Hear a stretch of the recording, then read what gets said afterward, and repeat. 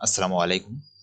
126 পৃষ্ঠার আমরা এবার অপনয়ন পদ্ধতিতে সমাধান করো এই কাজগুলো সমাধান দেখব। এখানে সমীকরণ দেওয়া আছে 2x - 5y = 3 এবং 3x x + 3y = 1। তো এই এক নম্বরটা সমাধান আমরা করি।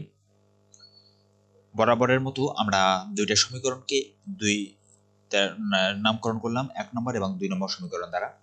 এখন 1 নংকে 3 দ্বারা এবং 2 নংকে 5 দ্বারা গুণ করে পাই। 1 নম্বর সমীকরণকে আমরা 3 দ্বারা গুণ করব এবং 2 নম্বর সমীকরণকে 5 দ্বারা গুণ করব। তো 1 নংকে যদি আমরা 3 দ্বারা গুণ করি, এটা হচ্ছে অপনয়ন পদ্ধতির একটা সিস্টেম। আপনাকে যে দুটো সমীকরণ থাকবে, দুটো সমীকরণের দুইটা পদের কমপক্ষে একটা পদকে আপনাকে সেম বানাইতে হবে, একই বানাইতে হবে। কেন বানাবো? এই দুইটা পদ কাটাকাটি করার জন্য। দেখেন এইখানে -5y আর এখানে +3y, এই পদ দুইটাকে যদি আমরা একই বানাতে পারি তাহলে এখানে মাইনাস আর এখানে প্লাস, এই দুটোকে আমরা প্লাস মাইনাস খুব সহজে কেটে দিতে পারবো। এই জন্য মূলত আমরা এমন কিছু সংখ্যা চিন্তা করে গুণ করব সমীকরণ দুইটাকে, যাতে এই পদ দুইটা এখানে একই হয়। তো এই চিন্তা ভাবনা থেকে আমরা 1 নংকে 3 দ্বারা গুণ করব।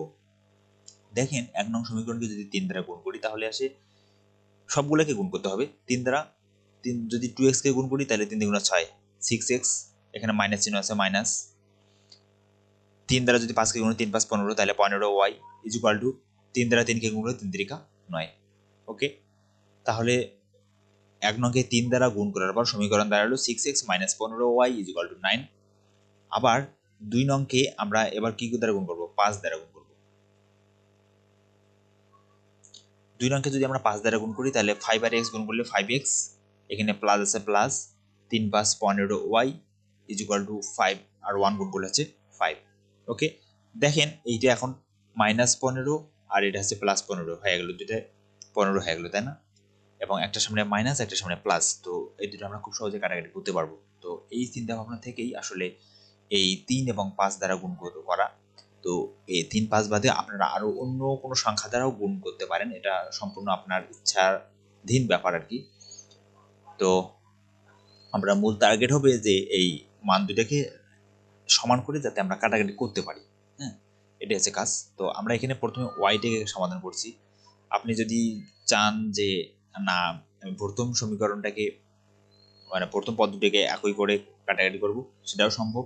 সেক্ষেত্রে এইখানে আমাদের আলাদাভাবে বিয়োগ করতে হবে। তো এটা আলোচনা পরবর্তীতে আসবে।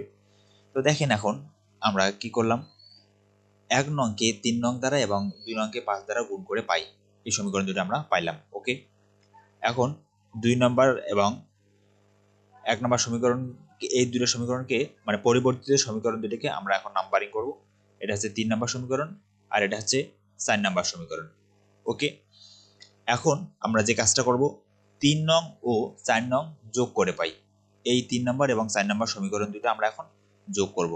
তো দেখেন এই দুটো সমীকরণ যদি আমরা যোগ করি তাহলে এখানে 6x আর এখানে 5x, দুইটার সামনে প্লাস চিহ্ন আছে, তাহলে 6x আর 5 আর 6 হবে আমাদের কত?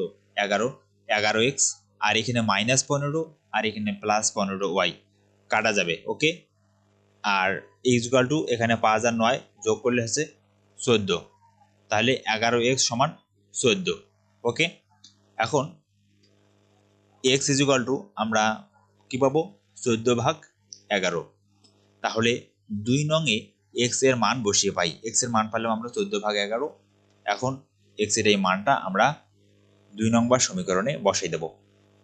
তাহলে 2 নং সমীকরণে x এর মান বসিয়ে পাই। 2 নম্বর সমীকরণ হচ্ছে আমাদের কত?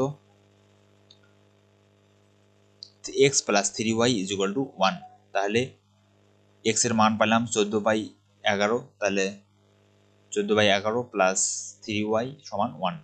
তো এখান থেকে 3y দিকে রেখে 1 - 14/11, তাহলে 3y = এই লসাগু করলে কত দাঁড়াচ্ছে? 1 আর 11 লসাগু 11, 1 দ্বারা 11কে ভাগ করলে ভাগফল 11, 11 আর 1 গুণ করলে 11 মাইনাস 11 দ্বারা এই 11কে যদি ভাগ করি ভাগফল 1, 1 আর এই 14 গুণ করলে 14। ওকে, তাহলে ফলাফল দাঁড়াচ্ছে 11 থেকে 14 থেকে 11 বাদ দিলে 3, যেহেতু 14 সামনে মাইনাস আছে, বড় সংখ্যার সামনে মাইনাস, এর জন্য -3। ওকে, তাহলে 3y -3/11। ওকে, তাহলে y 3টাকে যদি এদিকে নিয়ে আসি তাহলে ভাগ হবে, তাহলে -3/3 × 11। ওকে, 11 এর সাথে গুণ হবে, যদি আগে থেকে 11 আছে এখানে অবস্থান করে, তাহলে y এই 3 কাটা, তাহলে -1/11। তার মানে আমরা নির্ণয় সমাধান পাচ্ছি x এর মান 14/11 এবং y এর মান -1/11। এই হচ্ছে আমাদের নির্ণয় সমাধান। আশা করি আপনারা বুঝতে পেরেছেন অপনয়ন পদ্ধতিটা। তো এই ছিল অপনয়ন পদ্ধতির সিস্টেম। ধন্যবাদ সবাইকে, ভালো থাকবেন।